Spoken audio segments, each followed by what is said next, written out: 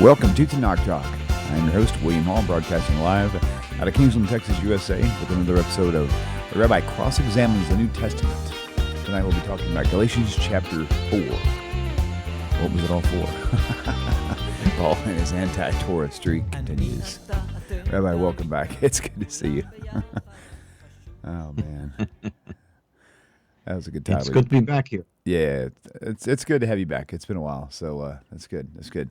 These are great shows, and Galatians. I think I've been hearing people say that that's the one that they've been waiting on for a long time. Anyway, just because it seems to be one of his most controversial letters overall. Based on Torah anyway, for being anti-Torah, so to speak. So yeah, so it's definitely good to cover all this stuff. So looking forward to it. Yeah, I mean, it's a pretty rich letter, and but it's interesting because the theme pretty much flows from chapter to chapter, and so what we'll be doing now in Galatians 4 is more or less a continuation of the previous chapters, and we actually will see this at the very beginning because Paul starts off here with basically an analogy, and he speaks about someone that has I guess he calls someone having an heir, but he means that it's basically someone that has a child, and this child, Paul basically says that until he matures and grows up, is not really independent.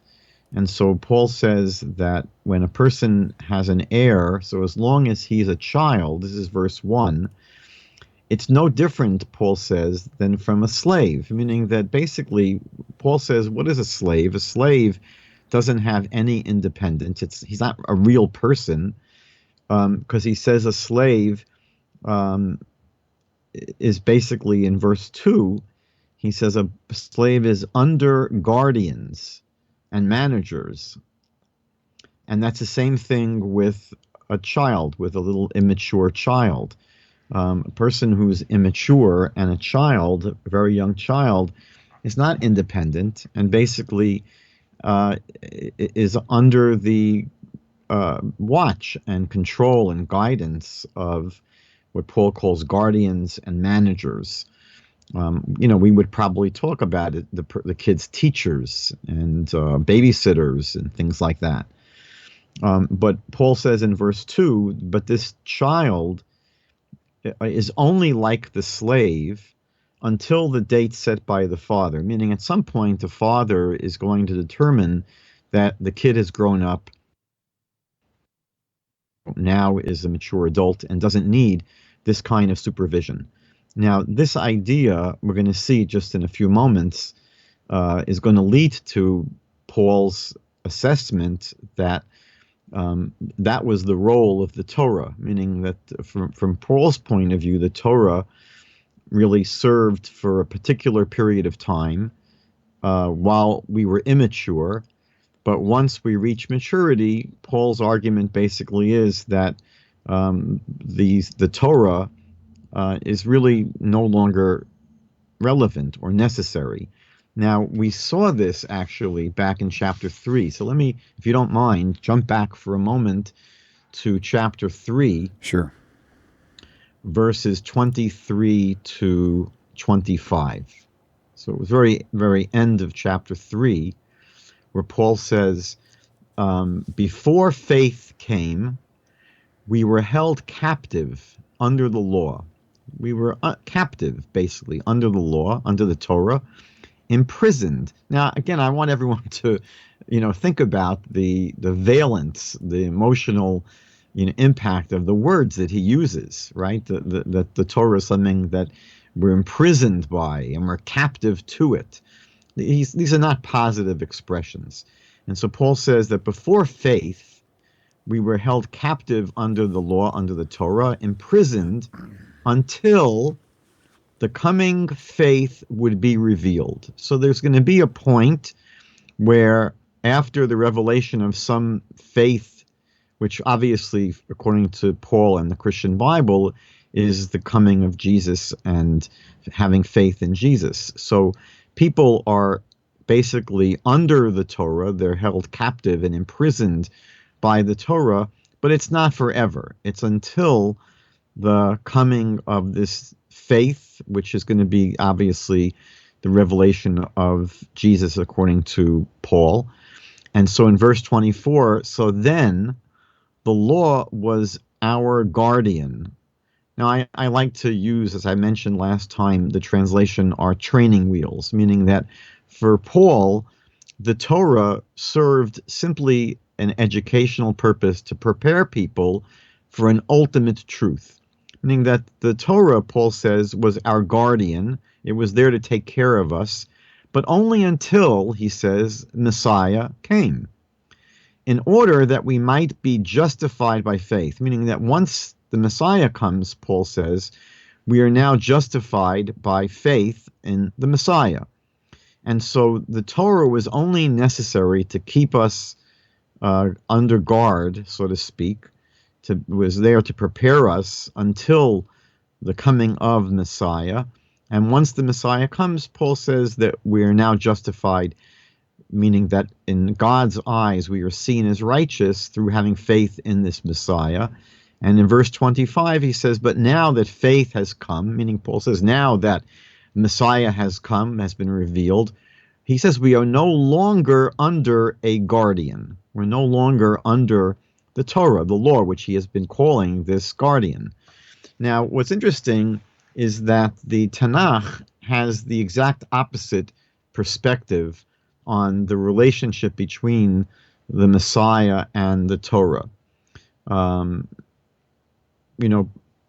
seems to be saying that once the Messiah comes, there's no need for the Torah anymore, right? In the same way that the training wheels on a bicycle are only necessary until the person learns how to ride, and then once they could ride on two wheels, they just get rid of the training wheels. And so for Paul, since the Torah is basically training wheels to get people to the point of the Messiah's coming, once the Messiah comes, Paul says, we don't need the law anymore. And the Tanakh obviously has a very different point of view.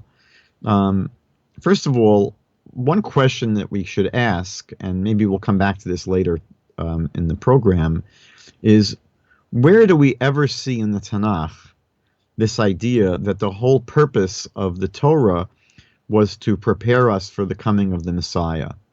And that's a question I'll just leave as an open question, because Paul seems to be saying that the Torah is a guardian training wheels to prepare us for the coming of the Messiah. And obviously, once that goal has been reached, we don't need the training wheels, the guardian, the Torah anymore. But I would ask, where does Paul ever see this stated clearly in the Tanakh, that the purpose of the Torah is to prepare us simply for the coming of the Messiah, and that once the Messiah comes, the Torah will no longer be necessary? That's an open rhetorical question. And the second question, obviously, is the more important one. Where does the Torah ever say, even once, that once the Messiah comes, the mitzvot, the Torah laws, will fall away? Where do we see that in the Tanakh? And as I said, the Tanakh very, very clearly states the exact opposite. For example, probably one of the most central and critical passages in the Tanakh that very clearly speaks about the Messiah, Mashiach, is the 37th chapter of Ezekiel. And if you go to verse 24, so Ezekiel chapter 37, verse 24, so the prophet speaks now about the coming Messiah. We're not going to read the whole passage, but if you read from verse 24, you'll see a very, very clear description of what exactly is going to happen when the Messiah is here. But in this first verse, which introduces the whole passage, Ezekiel says, "And David, my servant, will be king over them." Now, it's clear from the Tanakh that it's referring not really to King David himself, who's been long dead, but it's referring to some descendant of David. And we know that in the Tanakh, the Messiah will be a descendant of David. But sometimes it refers to that descendant as David, so to speak. So it says, and David my servant will be king over them, and they shall all have one shepherd. So that's the Messianic king, the king that will reign in Israel in the future. That's the Messiah. And what does Ezekiel say in this verse? They shall also walk in my judgments and observe my statutes and do them. So Ezekiel doesn't say that once the Messiah comes, there won't be the observance of Torah anymore. Ezekiel says the exact opposite, that once the Messiah is here, we're going to see the fulfillment, meaning that until that time in history, we know that Jewish people have not been, let's say, in one lockstep in terms of Torah observance. We've had, some of the Jewish people, some of Israel were Torah observant and some were not. Like we find in the world today, that it's a minority of Jews today that are Torah observant. But what the prophecies about the Messianic age tell us is that when the Messiah is here, all Jews will be observing the Torah. And we see this this idea actually reflected in many passages throughout the Tanakh. We're not going to go through them now. I just wanted to cite this very, very clear one from Ezekiel 37, verse 24. So this is how Paul begins Galatians chapter 4 by saying that we as people are, now what I just wanted to say parenthetically, that one of the things that's a little bit unclear about this chapter is, who is Paul speaking to? Because it seems he's speaking to the Galatians, who are Gentiles, but here he sounds like he's speaking to Jews, because the Gentiles were never under the law in the first place. And we're going to see that this ambiguity crops up a few times in chapter 4. But in any event, he says that as children, young children, we are under this guardian, and we're under these managers until the date set by the Father, back to chapter 4. And in verse 3 now, he says, in the same way, we also, when we were children, were enslaved to the elementary principles of the world. So Paul says that when we're immature and young, we are enslaved to the elementary principles of the world. Now, he has this expression coming up again later on in verse 9, where he criticizes the Galatians. We're going to get back to this verse later. I just wanted to read it now. He criticizes the Galatians. He says, but now that you have come to know God, or rather to be known by God, how can you turn back again to the weak and worthless elementary principles of the world, whose slaves you want to be once more? Now, what is he referring to when he speaks here about these elementary principles of the world that we're enslaved to? So back to verse 3. It's not entirely clear what he means by this. So what you'll find in John MacArthur, and actually in many other evangelical commentaries to Galatians, I'll just read MacArthur. I'll be picking on him a lot tonight because he's pretty stark in what he says. MacArthur says that the elementary principles of the world refers to Jewish and pagan religions, to Jewish and pagan religions, because they are merely human and don't rise to the level of the divine. And that's a pretty rich swipe at Judaism, that he basically puts them in the same category as pagan religions. He basically puts them in one breath, that these elementary principles, he says, refers to Jewish and pagan religions. Why? Because they are merely human and don't rise to the level of the divine. And MacArthur goes on and says, they center on man-made systems of works filled with laws and ceremonies to be performed to achieve divine acceptance. All such rudimentary elements are immature, like the behaviors of children under bondage to a guardian. So this is the way I think pretty much most evangelical commentaries understand this chapter. That earlier on, before the coming of the Messiah, according to Christianity, what we had were basically what is referred to as these elementary principles of the world. And MacArthur makes it clear that it includes Judaism. Now, what's puzzling is that MacArthur speaks about Judaism as man-made, and he seems to discount the fact that Judaism is, by and large, directly coming from God, meaning that it wasn't, rabbis that invented the Sabbath or the dietary laws, etc. The rabbis may have, in certain instances, put fences around the Torah to protect it, but the actual institution, the basic institutions, for example, not eating certain foods, that was not invented by human beings. In any event, MacArthur considers all of these laws and all of these rules immature and basically something that only applies to people who are on an immature, primitive spiritual level. And what you find, interestingly, among Messianic Jews like David Stern is that there's a reluctance to view Paul's writing like this, meaning that it's hard for example, for David Stern to take a direct swipe at Torah observance like most of the other evangelical commentaries do. So what David Stern claims is that these elementary principles, he doesn't say that it refers to the Torah, but he says it refers to demon spirits.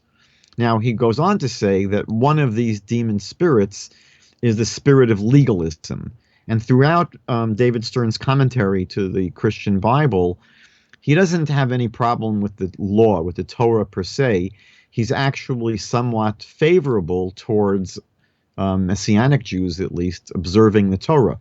He's just against what he calls legalism, which he defines, and we've discussed this in the past.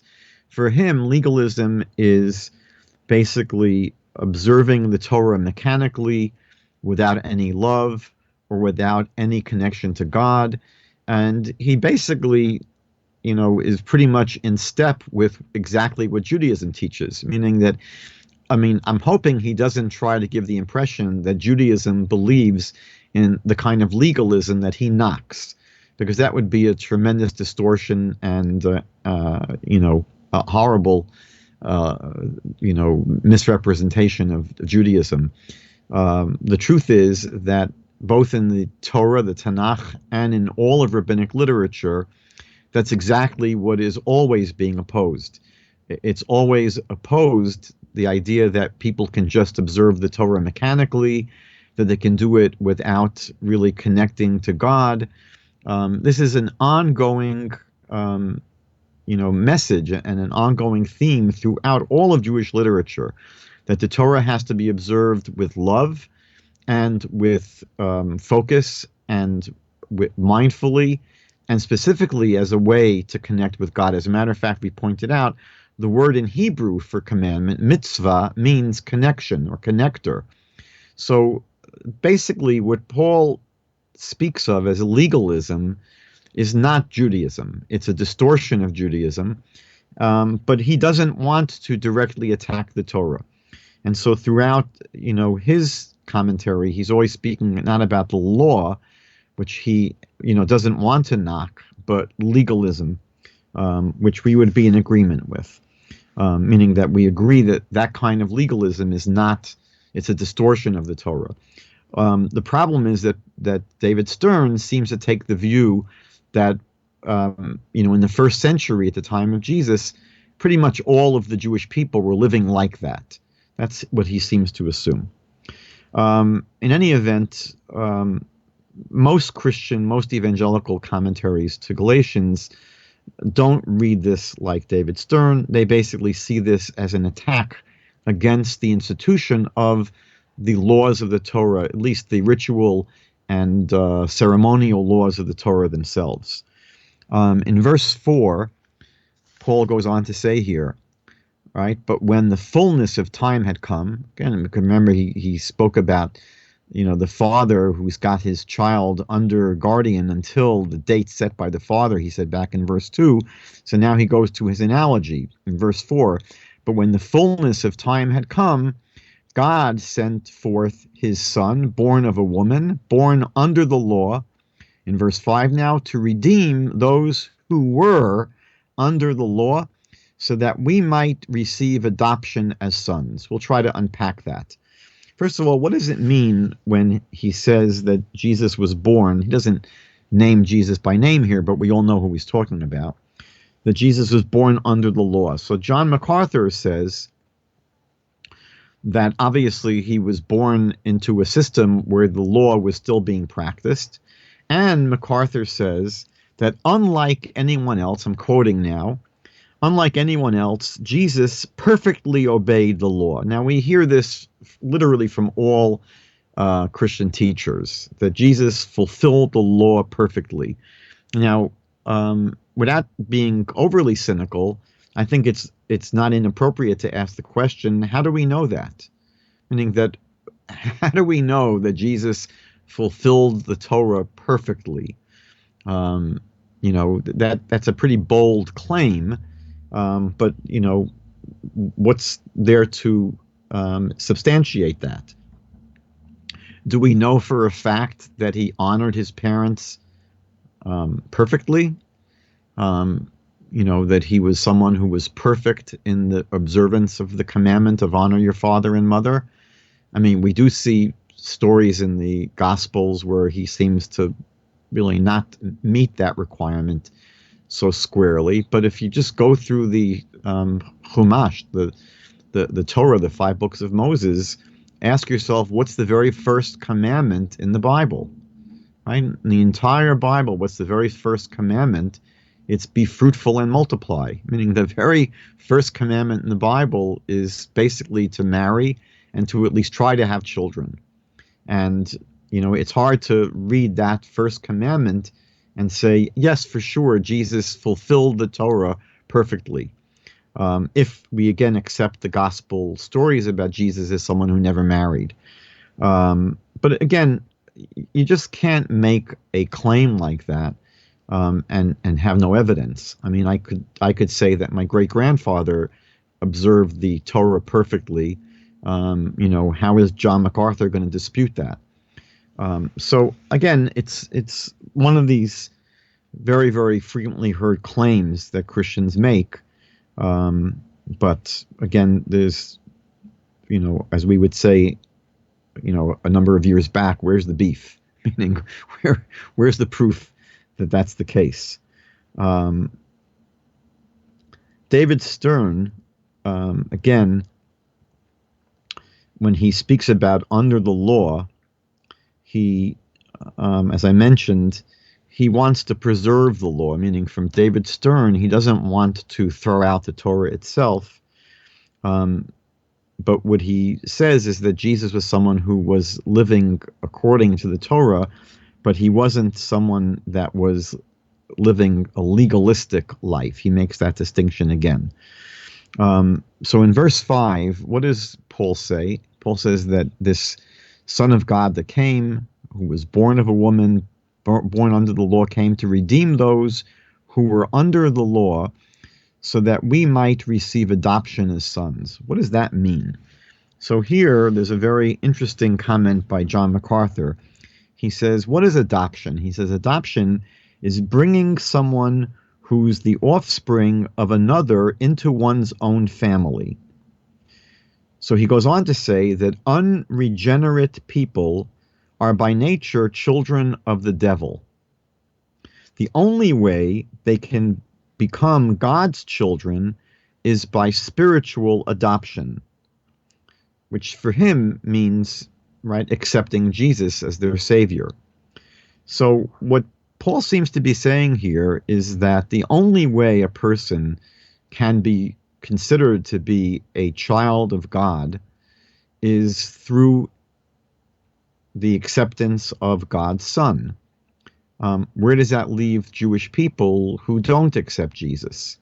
And so what it seems to be saying, if I'm reading this properly, is that those Galatians and other Gentiles who have accepted Jesus into their lives, according to Paul here, are adopted as sons of God. They are considered true sons of God. But Jews who do not embrace Jesus remain what he refers to in what John MacArthur refers to as unregenerate and not children of God, but children of the devil. And so this, to me, smacks of replacement theology. And actually, throughout Paul's writings, this is a theme that comes up. I don't know if it's consistent, meaning I don't know if you could say for sure that Paul totally embraced this idea of replacement theology, but there is enough ammunition in Paul's writings, we'll see more tonight, that at least gives some license to this very pernicious doctrine that the real Israel, the real children of God, are those that embrace the Messiah, and there's no other determination. So moving on, Paul says in verse 8, Paul says, formerly, when you did not know God, now he's speaking to the Galatians, when you did not know God, this must refer to, when the Galatians were pagan idolaters, you were enslaved to those that by nature are not gods, right? That you were basically worshiping idols and pagan deities. In verse 9, he says, though, but now that you have come to know God, or rather to be known by God, how can you turn back again to the weak and worthless elementary principles of the world, whose slaves you want to be once more? Now, what I find puzzling about this is that the Galatians were never, so to speak, under the law in the first place. Meaning that it sounds to me, and I didn't really see this discussed in Christian commentaries, but it sounds to me like Paul here is really speaking to Jewish believers in Jesus. That there may have been Jewish believers in Jesus that, accepted Jesus and for some reason gave up Torah observance. And now they're going back to Torah observance. And so Paul says to them, right, but now that you've come to know God, I guess through his Son, or rather to be known by God because you believe in his Son, Paul says to these Jewish Christians, how can you turn back again, because you had been committed to the Torah once, how can you turn back again to the weak and worthless elementary principles of the world? Now let's just let that sink in for a minute. For Paul, the Torah is weak and worthless. Now we'll have a chance to discuss this a little bit later. Meaning, is that what the Torah is? Is the Torah weak and worthless?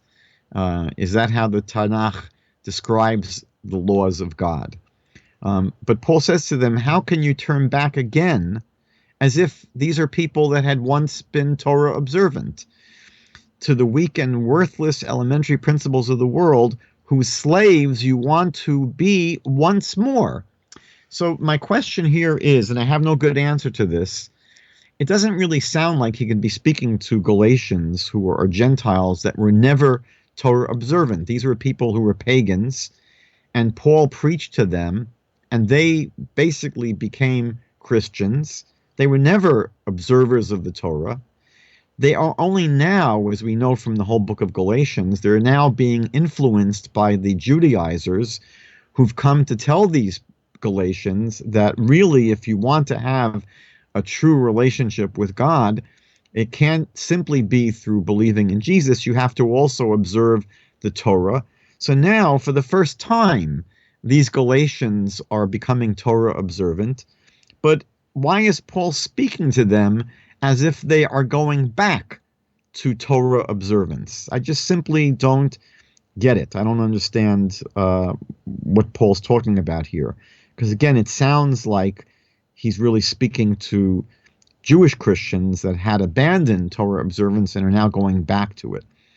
In verse 10, Paul continues his attack on the Torah, apparently, and he says to the Galatians, look, you people are observing days and months and seasons and years, meaning that it seems that what he's criticizing them for is their observance of the Sabbath and observance of the Jewish holidays, and apparently they have begun doing that because of the teachings of these Judaizers, these people that apparently have come. This is not clear who they are. We've discussed this. They may either be representatives of James and the Jerusalem church, or they may be some renegade group of Jewish Christians. But anyway, there have been Jews coming and telling these Galatians that they really, if you want to be a follower of the Jewish Messiah, you have to observe the Jewish Torah. And so Paul sees that they're observing these holidays and these special days and seasons and months, like the Rosh Chodesh, the new moon. And Paul says, I'm afraid I may have labored over you in vain, meaning what am I doing? I'm knocking my head against the wall. And it's basically, I'm wasting, he doesn't say I'm wasting my time, but he basically seems to be saying, you're not getting it. He's saying to them that you don't need to keep these laws. And he feels there's a danger that if they keep the laws, they're going to begin to believe that, it's their works that lead to a righteous standing before God. And from Paul's point of view, there's nothing that you can do to be righteous before God. It's only based upon your faith and upon God's grace. And so Paul's always very nervous about people who put stock in their observance of the Torah because he believes that it cheapens God's grace. And so he attacks them here for their observance of the Jewish holidays and the holy days. And that's basically the way most Christian commentaries understand this verse. They say basically that for Christians, all days are holy. There's no such thing as special holy days. As far as Christians are concerned, there are no real holidays. And we don't see holidays in the Christian Bible, except possibly Sunday, which may have been a special day for prayer. But other than that, we don't see any holidays, any special times. So most Christian commentaries basically, again, see Paul attacking the Galatians for observing these special days. And as we know, there are many Christians today who are opposed to holidays like Easter and Christmas because they say, look, it's not in the New Testament, and they probably have pagan origins.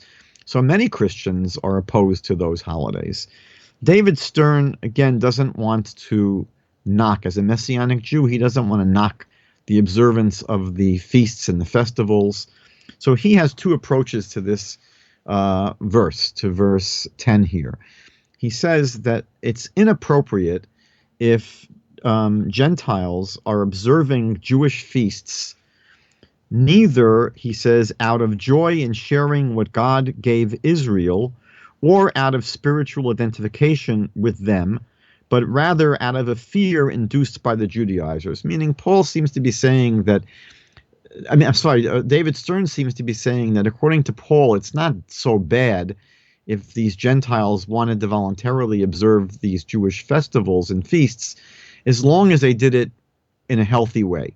But if they're doing it simply out of fear that God will reject them if they don't observe the Torah, David Stern says that's what Paul is objecting to. Another approach that David Stern takes is that these special days and months and seasons are pagan holidays, and that's why Paul is so opposed to following these days, meaning that Paul is concerned that these former pagans might have a hard time giving up their former pagan holidays, and that's why he's objecting to their observance, again, according to the second interpretation of David Stern. So moving on, in verse 12, Paul says, brothers, I entreat you, become as I am. You should become just like me, Paul says, for I also have become as you are. You did me no wrong, Paul says that, when I first came to you, you accepted me, you didn't do anything wrong to me. And what does it mean when Paul says that I would like you to become as I am? What does that mean? So according to John MacArthur, what Paul basically is saying is this. These are the words of John MacArthur now. Paul has been a proud, self-righteous Pharisee, trusting in his own righteousness to save him. But when he came to embrace Jesus, he abandoned all efforts to save himself, trusting wholly in God's grace. Now, I just want to point out, if you've never done this, it's a little bit shocking, is go to a good dictionary, like a Merriam-Webster dictionary or whatever, famous dictionaries you have, and look up just the word Pharisee. And you'll see often that the dictionary definition of Pharisee will be something like a self-righteous religious hypocrite. Now, where on earth did they get that definition from? Clearly, they didn't get it from studying anything about the Pharisees, in their own words, or from the books of the Talmud where we find the teachings of the Pharisees. This really ugly definition comes simply from the Christian Bible and from later Christian theology. And John MacArthur seems to have swallowed this ugliness hook, line, and sinker. That Paul he calls him a proud, self-righteous Pharisee. As far as Christianity basically believes, Pharisees that's what they are, self-righteous, because they believe that, their own efforts are able to save them. The truth is, and it's very interesting, that if you know anything about the true Pharisees and the heirs to the Pharisees, which are the rabbis, they never felt self-confident that their righteous lives automatically assured them a place in the world to come. There's a famous story, just as an example, I can give millions of examples.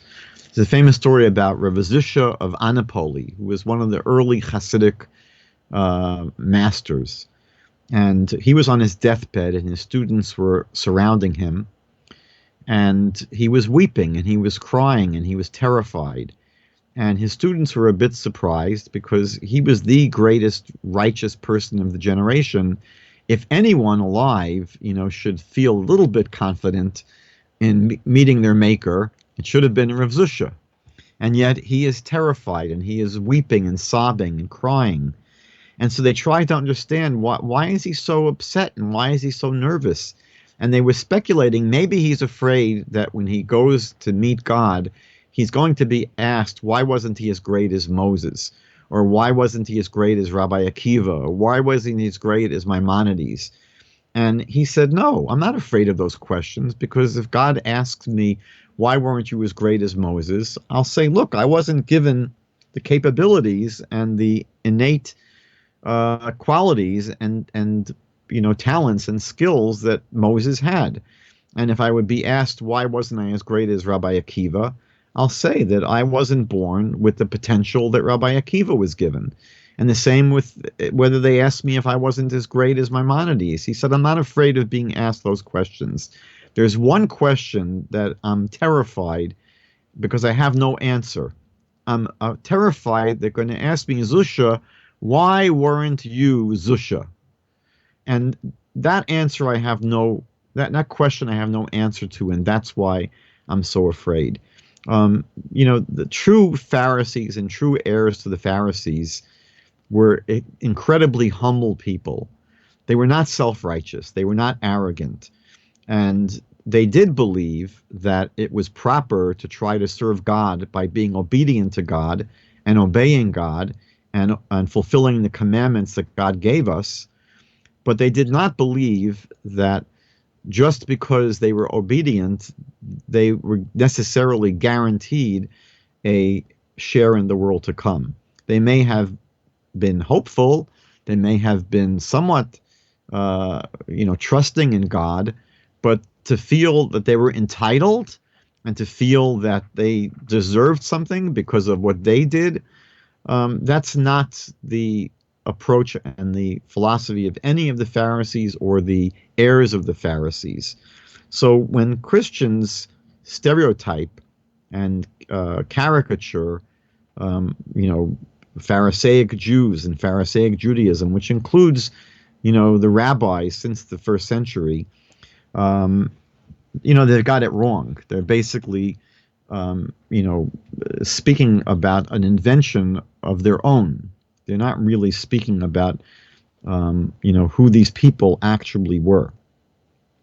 In verse 13, Paul says, it was because of a bodily ailment that I preached the gospel to you at first. This is another verse in this chapter that I'm puzzled by, because I don't know what Paul means by saying that I only began to preach the gospel to you people because of some kind of bodily ailment. I didn't really find this discussed in any of the Christian commentaries, because it doesn't really seem to make sense. Why would it be that Paul only first began preaching because he had some kind of a malady? Now, the nature of this ailment is mysterious. We discussed it in the second book of Corinthians, chapter 12. I think we gave about at least 20 different opinions as to what Paul's ailment was. He called it back then his thorn, the thorn in his flesh, the thorn in his side. Some commentaries differentiate this ailment from his thorn. So there may even be two mysterious things Paul was grappling with. But I'm just simply not clear about why this would be the reason that Paul began preaching. Okay, I'd like to try, if we can, God willing, to wrap up in the next few minutes. Okay. This chapter. Paul ends with a really unfortunate parable, basically. What David Stern calls Paul's midrash, where he tries to compare basically Sarah and Hagar, the two wives of Abraham, as representing two different covenants that God made. And he basically says that there's the covenant of law, the covenant of the Torah, which he connects to Hagar through her son Yishmael, and saying that connects to Mount Sinai, primarily because the descendants of Ishmael lived in the area of Mount Sinai, and that line going from Hagar, who was Sarah's maidservant, she was Sarah's slave, and so according to Paul, this line going from Hagar to Ishmael to Mount Sinai connects to what Paul says is the earthly Jerusalem. And for Paul, Hagar is the symbol of bondage.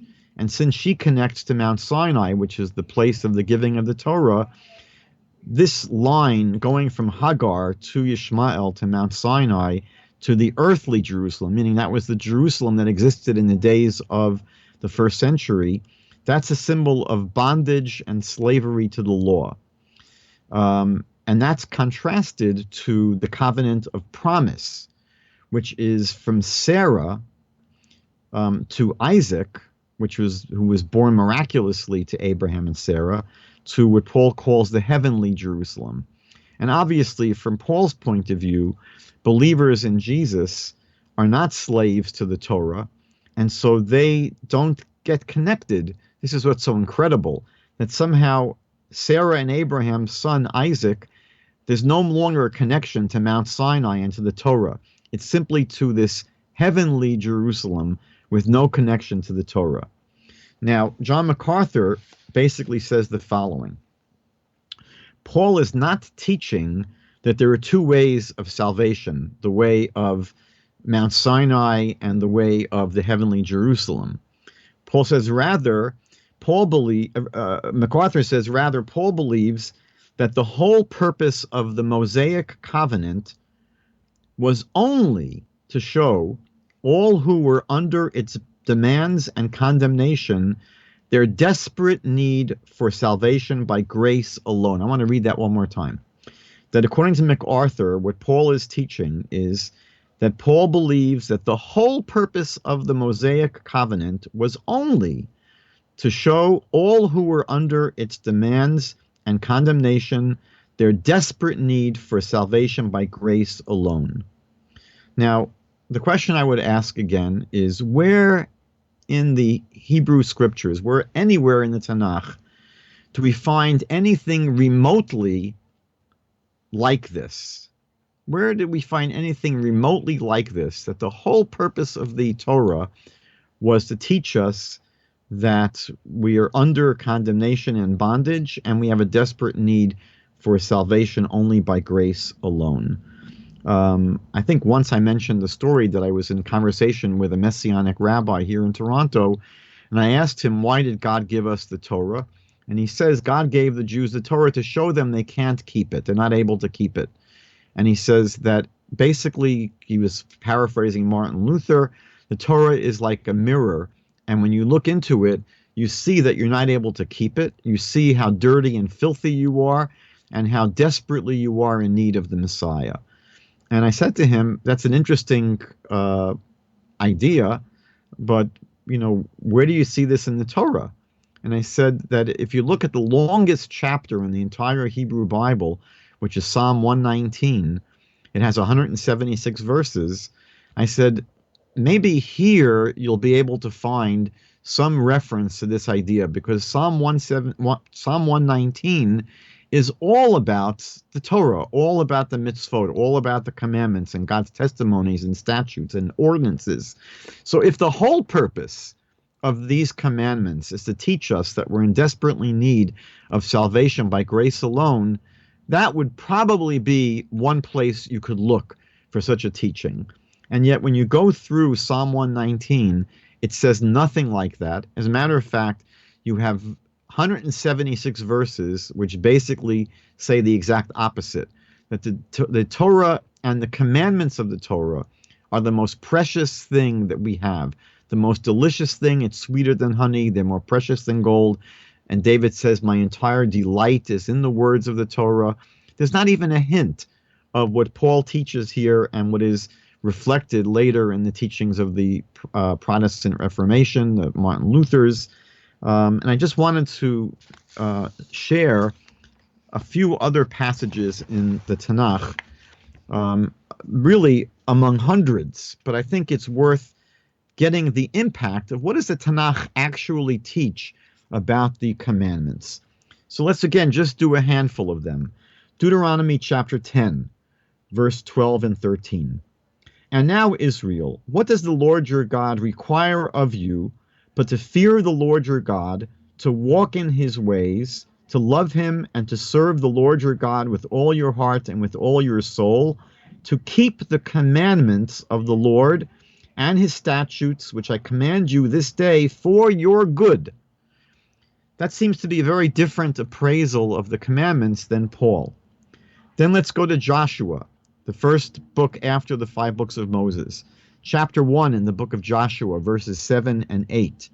God says to Joshua, only be strong and very courageous, that you may observe to do according to all of the law, which Moses my servant commanded you. Turn not from it to the right or to the left, that you may prosper wherever you go. This book of the law will not depart out of your mouth, but you shall meditate on it day and night, that you may observe to do according to all that is written in it. For then you will make your way prosperous, and then you will have good success. Every time that the Bible speaks about the Torah and the commandments, it's in a way which is 180 degrees opposite the way Paul characterizes it. Let's go to the book of Kings, 1 Kings chapter 2. 1 Kings chapter 2, verse 3. And keep the charge of the Lord your God, to walk in his ways, to keep his statutes and his commandments and his judgments and his testimonies, as it is written in the law of Moses, that you may prosper in all that you do and wherever you turn yourself. Then we find in the book of Nehemiah, people sometimes pronounce it Nehemiah, in Nehemiah chapter 9, verses 13 and 14, You came down also upon Mount Sinai and spoke with them from heaven and gave them right judgments and true laws, good statutes and commandments, and made known unto them your holy Sabbath, and commanded them precepts, statutes, and laws by the hand of Moses your servant. And then in the book of Ecclesiastes, Koheles, by the wisest person who ever lived, King Solomon, in the very end of the book, chapter 12, verse 13, where Solomon says, let us hear the conclusion of the whole matter, fear God and keep his commandments, for this is the whole duty of man. And then Isaiah, the prophet Isaiah, in chapter 48, in verse 18, Isaiah says, oh, that you had hearkened to my commandments, then had your peace been as a river and your righteousness as the waves of the sea. And then in the book of Psalms, chapter 1, very first chapter in the book of Psalms, verses 1 through 2, blessed is the man that walks not in the counsel of the ungodly, nor stands in the way of sinners, nor sits in the seat of the scornful, but his delight is in the law of the Lord, in the Torah of God, and in his Torah does he meditate day and night. And then, of course, the beautiful passage in Psalm chapter 19, verses 7 through 11. The law of the Lord, the Torah of God, is perfect, converting the soul. The testimony of the Lord is sure, making wise the simple. The statutes of the Lord are right, rejoicing the heart. The commandments of the Lord are pure, enlightening the eyes. The fear of the Lord is clean, enduring forever. The judgments of the Lord are true and righteous altogether. More to be desired are they than gold, yea, much more than fine gold, sweeter also than honey and the honeycomb. Moreover, by them, meaning by the Torah and the commandments, is your servant warned, and in keeping of them there is great reward. In Psalm chapter 103, verses 17 to 18, but the mercy of the Lord is from everlasting to everlasting upon them that fear him, and his righteousness unto his children's children, to those that keep his covenant, and to those that remember his commandments to do them. This is basically the ongoing message throughout the entire Tanakh. I'll just end with two final passages from Proverbs, from Mishlei, also by King Solomon. Proverbs 10, verse 8. The wise in his heart will receive the commandments, but a prating fool will fall. And then finally in Proverbs chapter 29, verse 18, where there is no vision, the people shall perish, but he that keeps the Torah, happy is he. So basically, I only read, a dozen or so passages from the Tanakh where there are hundreds that give the exact same message, that the Torah is the most positive, beautiful thing in the world that God gave us, and it never tells us that it has a shelf life of a certain number of years and it expires when the Messiah comes, and it's only to teach us that its laws really don't accomplish anything, but the only way of getting right with God is through grace and through faith in the Messiah. This is just 180 degrees difference between what Paul teaches, what the Protestant reformers teach, what virtually all evangelicals believe, and what God actually reveals to us in the Torah. Then, just to conclude for tonight, Paul says in verse 28, now you brothers, like Isaac, are children of promise. Meaning that for Paul, the promises to Abraham are only going through Isaac. They don't go through Ishmael. And basically what Paul has said is that the promises don't go to Hagar or Ishmael, which is really pointing to the Torah at Mount Sinai. For Paul, in this strange homily, in this strange parable, everything goes away from Sinai, meaning that we agree that the promise to Abraham goes through his son Isaac, but we don't agree that there's no connection between Isaac and Mount Sinai. As a matter of fact, what is bizarre is that there's no connection between Ishmael and Mount Sinai, because Ishmael was not given the Torah. Only Isaac and his descendants were given the Torah. And we know from the book of Genesis that God spoke many times that he chose Abraham and Abraham's descendants specifically because they observe God's commandments. So what Paul is saying in verse 28 is that believers in Jesus are the spiritual heirs to Abraham and the ones who will receive God's redemptive promises. Only the believers are the spiritual heirs of Abraham. And again, this is another verse which smacks of replacement theology. In verse 29, Paul says, "But just as at that time he who was born according to the flesh persecuted him who was born according to the Spirit, so also it is now." Now, John MacArthur here says something bizarre. He says, just as Arabs always persecute Jews, so too unbelievers always persecute believers.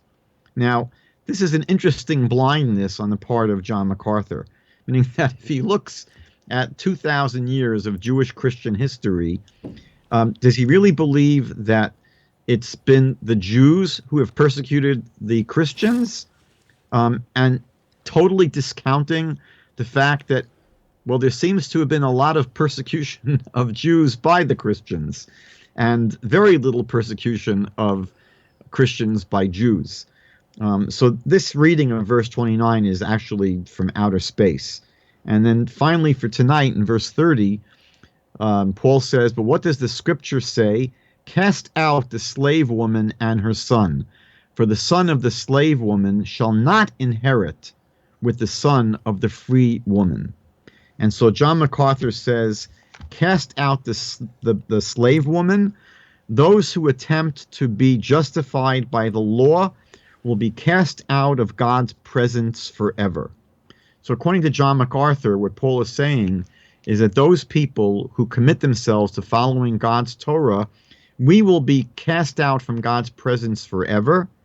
And the people who are in the presence of God and are considered to be his children are only the people who embrace Jesus as their Messiah, which again is a blatant source for this ugly theology of replacement theology. My friend William, that's really all I had to share for tonight. Okay, very good. Well, it was a good show, always. It's nice to see the contrast between both the Christian New Testament and Hebrew Scriptures always. It's kind of where we have to find our roots, keep them where they belong.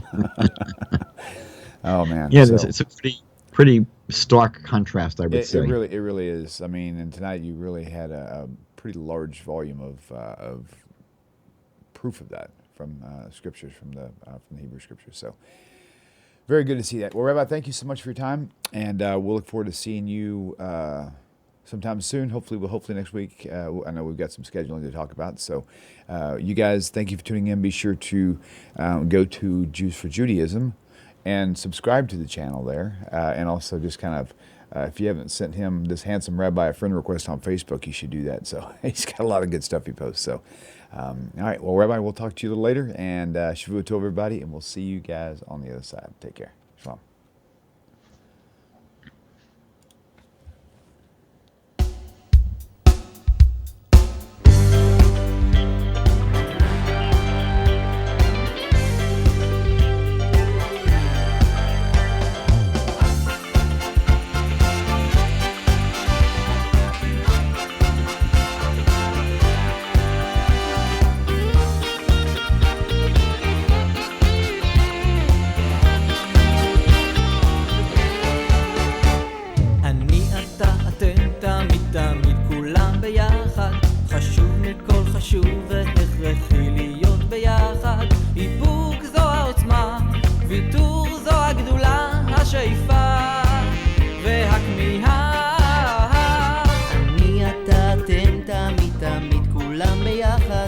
חשוב מכל חשוב והכרחי להיות ביחד השאיפה